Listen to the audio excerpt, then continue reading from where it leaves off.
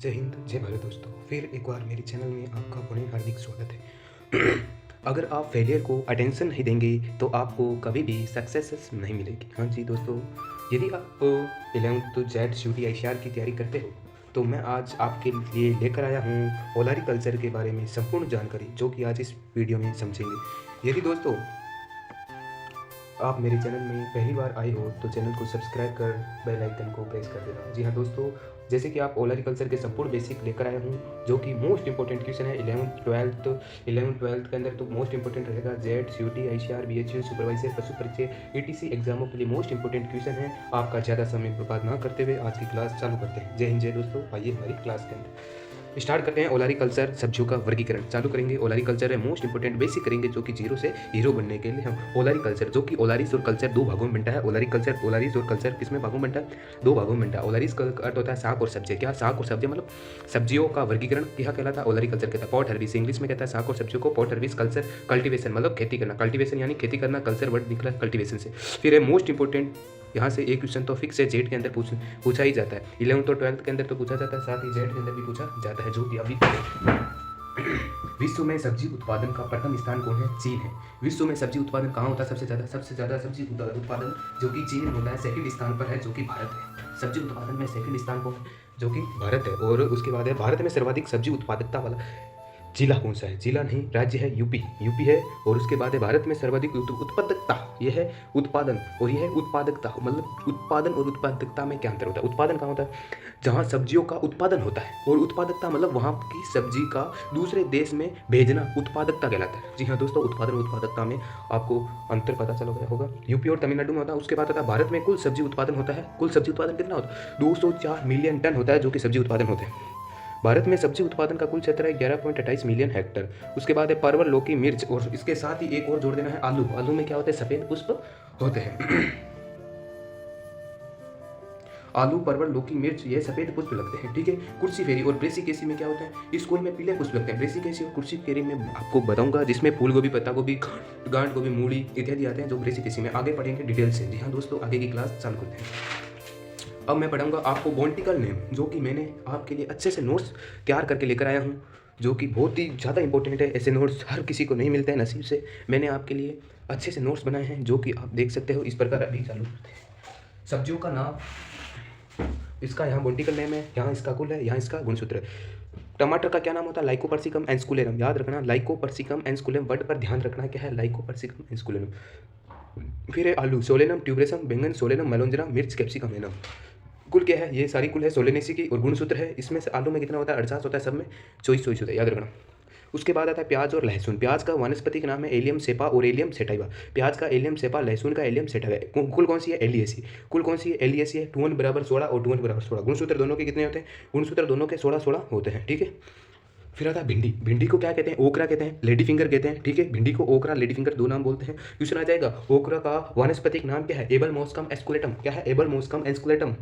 Able मोस्कम एस्कुलेटम। इसकी कुल है मालवेसी। कौन सी कुल है? मालवेसी। एबल मोस्कम एस्कुलेटम मालवेसी कुल है। गुणसूत्र याद रखना बच्चों, 2 1 = 130। मोस्ट इंपोर्टेंट है। गुणसूत्र कितना होता है? 130 होता है, सबसे ज़्यादा 130 गुणसूत्र इसके ही होते हैं। आगे की बात करेंगे। फूल गोभी, पत्ता गोभी, गांठ गोभी, ब्रोकली, ये सभी किसके? ब्रेसिकेसी और कुर्सी फेरी। मैंने अभी पीछे बात की होगी ब्रेसिकेसी के बारे में। फूल गोभी, फूल गोभी में क्या है? ब्रेसिका ओलरेसिया। फूल गोभी, पत्ता गोभी, ब्रेसिकेसी का नाम याद करना एक इजी ट्रिक है, जो कि सभी के आगे क्या है? Brassica ओलरेसिया, Brassica ओलरेसिया, Brassica ओलरेसिया, Brassica ओलरेसिया। सभी के क्या है? ब्रेसिका ओलरेसिया लगा। पर स्पीसीज पूछी जाती है ना, कि बॉन्टिकल नेम पूछा जाता है, इसके अंदर स्पीसीज पूछी जाएगी, जो कि इसमें फूल गोभी में स्पीसीज कौन सी है? वेराइटी। स्पीसीज मतलब वेराइटी, समझना। वेराइटी क्या है? ब्रोटाइटिस कैपेटाटा इटालिका।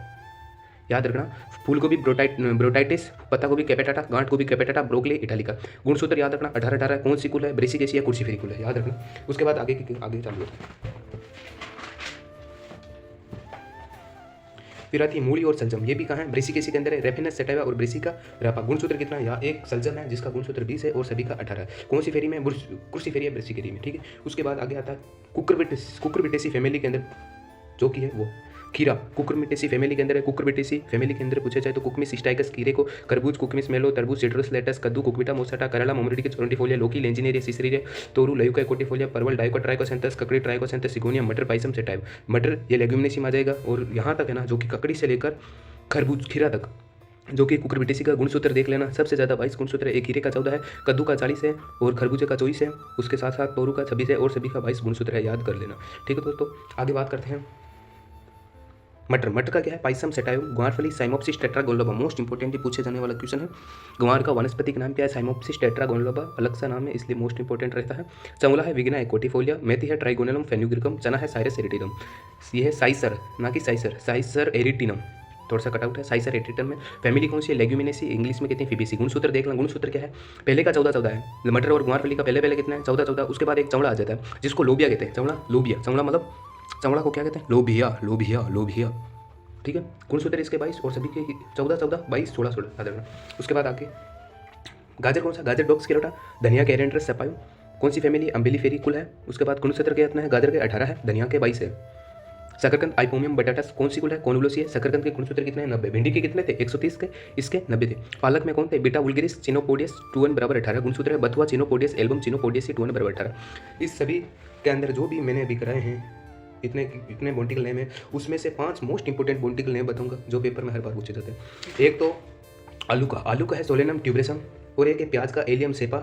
एक फूलगोभी में गांठ गोभी पर पूछेगा, जिसका स्पीसीज है कैपेटाटा। पत्ता गोभी और फूलगोभी का स्पीसीज क्या होता है? कैपेटाटा। उसके साथ साथ एक तो ग्वार का साइमोप्सिस टेट्रागोनोलोबा कहाँ रहेगा?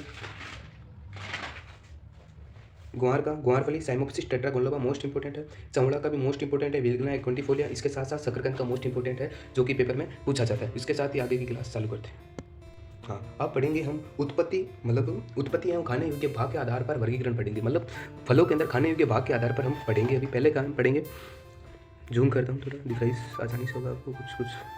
पहला है उत्पत्ति व खाने योग्य भाग के आधार पर वर्गीकरण का पढ़ेंगे।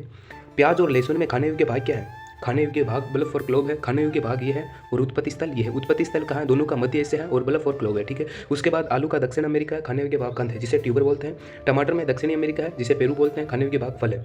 मिर्च में मैक्सिको है, खाने योग्य भाग फल है। बैंगन में इंडो बर्मा, खाने योग्य भाग फल है। ठीक है, भिंडी को याद रखना, अभी मैंने पीछे बताया था, ओकरा लेडी फिंगर बोलते हैं।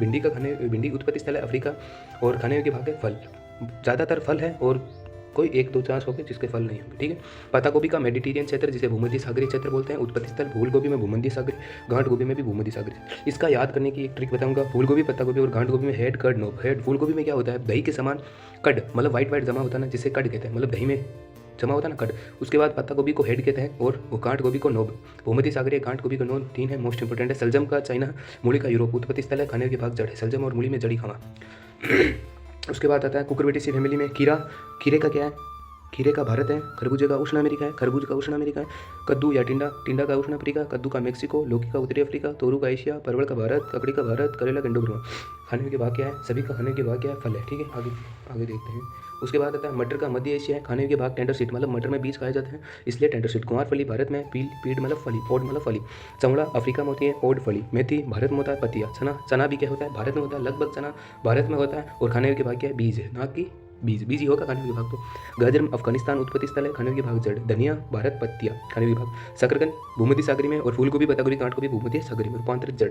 पालक इंडो चाइना, बथुआ अफ्रीका, पत्तियां दोनों। उसके बाद सब्जियों में पाए जाने वाले मोस्ट इंपोर्टेंट जो कि तत्व है, अम्ल है, जो कि सिट्रिक अम्ल टमाटर, शकरकंद, पत्तियों वाली सब्जियों और आलू में सिट्रिक अम्ल पाया जाता है। मेलिक अम्ल प्याज, गाजर, ब्रोकली के अंदर। उसके बाद सब्जियों में पाए जाने वाले एल्कलॉइड या तत्व जो कि पेपर में पूछे जाते हैं। खीरे में नोनाडिनल पाया जाता है। पत्ता गोभी में एक कच्ची और पक्की है। कच्ची में एलाइल आइसोथायोसाइनेट और पक्की में डाइमिथाइल डाइसल्फाइड। आलू में डाइमिथाइल पायरेजिन पाया जाता है, और मूली में आइसोथायोसाइनेट पाया जाता है, इसमें डाइमिथाइल डाइसल्फाइड। आगे देखते हैं। आलू के अंदर प्याज के अंदर एलाइल प्रोपाइल आइसोथायोसाइनेट है, एलाइल प्रोपाइल डाइसल्फाइड है। लहसुन में डाई एलाइल डाइसल्फाइड है। बैंगन में 16 सोडिन है। बैंगन में क्या है? 16 सोडिन, और आलू में सोलेनिन। आलू का हरापन किसके कारण होता है? सोलेनिन के कारण होता है। मोस्ट इंपोर्टेंट क्वेश्चन है बच्चों, जेट के अंदर पूछे जाने वाला क्वेश्चन है। सोलेनिन, आलू में हरा रंग किसके कारण होता है? सोलेनिन। आगे देखते हैं।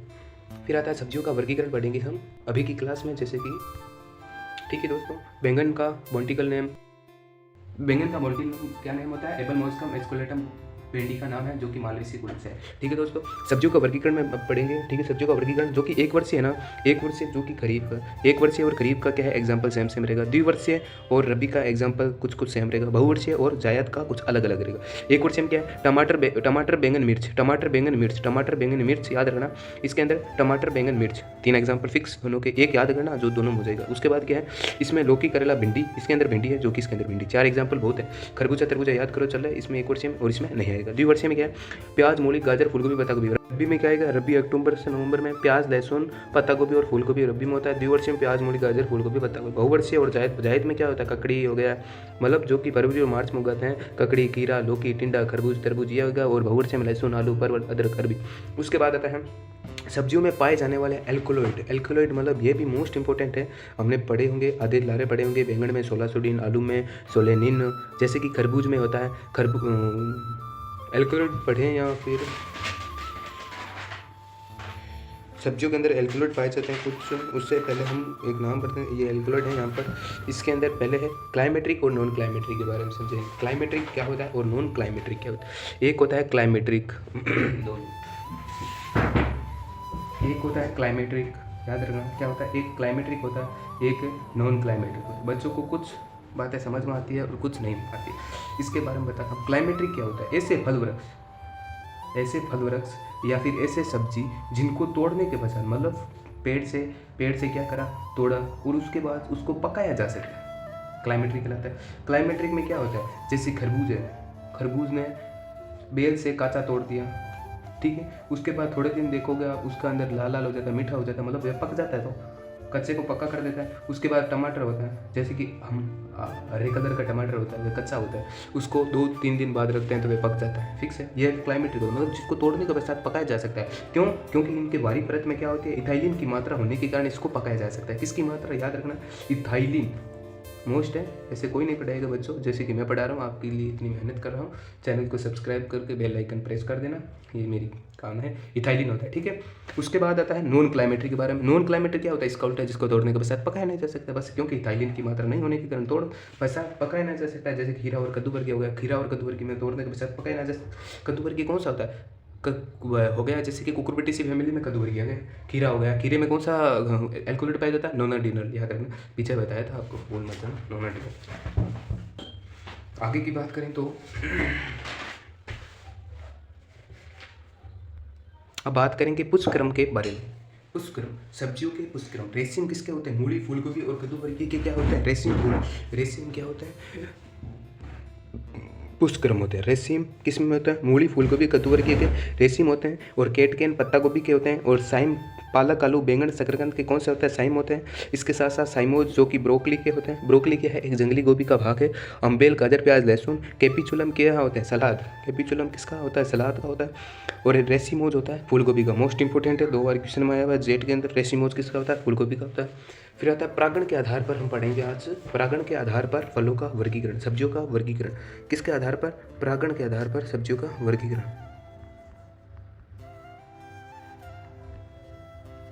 परागण के आधार पर सब्जियों का वर्गीकरण।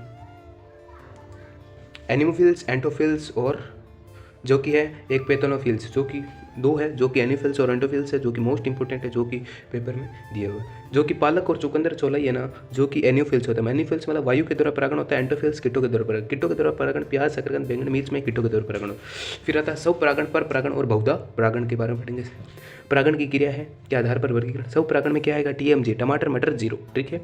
इसमें प्याज ब्रेसिकेस कद्दू वर्गी। पर परागण कहाँ से स्टार्ट होता है, प्याज ब्रेसिकेस कद्दू वर्गी। उसके बाद आता है बहुधा परागण। बहुधा परागण में क्या आएगा, भिंडी बैंगन मिर्च, बहुधा भिंडी, बहुधा बैंगन भिंडी मिर्च, ठीक। फिर आता है प्रकाश की अवधि का आधार पर वर्गीकरण। लघु दिवस पादप, दीर्घ दिवस पादप, DNP मतलब डे निवस प्रभावी पादप, डे नॉट दिवस प्रभावी पादप, ठीक है। उसके बाद लघु दिवस पादप में क्या आएगा, SDP शकरकंद। SDP मतलब ट्रिक याद रखना, S शकरकंद, P पटेटो, D गंवार, ठीक है। पटेटो इसमें क्या होता है, पुष्पन के आधार पर ना रहकर कंद के आधार पर रहता है। इसमें कंद के निर्माण के आधार पर होता है लघु दिवस में, इसमें होता है पुष्पन के आधार पर। इसमें क्या आएगा, प्याज फूलगोभी पत्ता गोभी गाजर मूली पालक चुकंदर चौलाई नहीं आएगा, आलू आएगा। आलू इसमें रहते हैं पुष्पन के आधार पर। इसमें आता है DNP में TMBBCC, TMBBCC, टमाटर मिर्च बैंगन भिंडी चौड़ा कद्दू वर्गी। ट्रिक से याद करना, आगे सक्सेस मिलेगी, ठीक से। उसके बाद आगे पढ़ेंगे लवण सहनशीलता और कम लवण सहनशीलता। उसके बाद सब्जियों के उपनाम पढ़ेंगे, अम्ल के आधार पर सब्जियों में पाए जाने वर्णक पढ़ेंगे।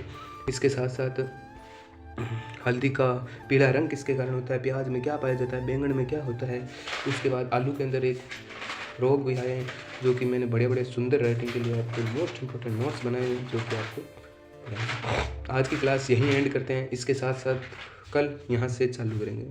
ठीक है दोस्तों, कल एक ऐसी ही वीडियो के अंदर फिर हम मिलेंगे आपके साथ। एक बार फिर कहता हूँ, चैनल को सब्सक्राइब करके, लाइक करके, बेल आइकन को प्रेस करके दोस्तों के साथ शेयर करना। जय हिंद, जय भारत दोस्तों।